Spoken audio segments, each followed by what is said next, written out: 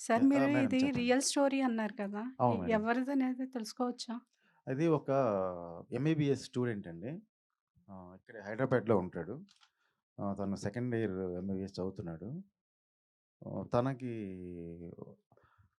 వాళ్ళ ఫాదర్ వాళ్ళు ఏదో సాఫ్ట్‌వేర్ ఎంప్లాయీ వాళ్ళు normal above middle class family.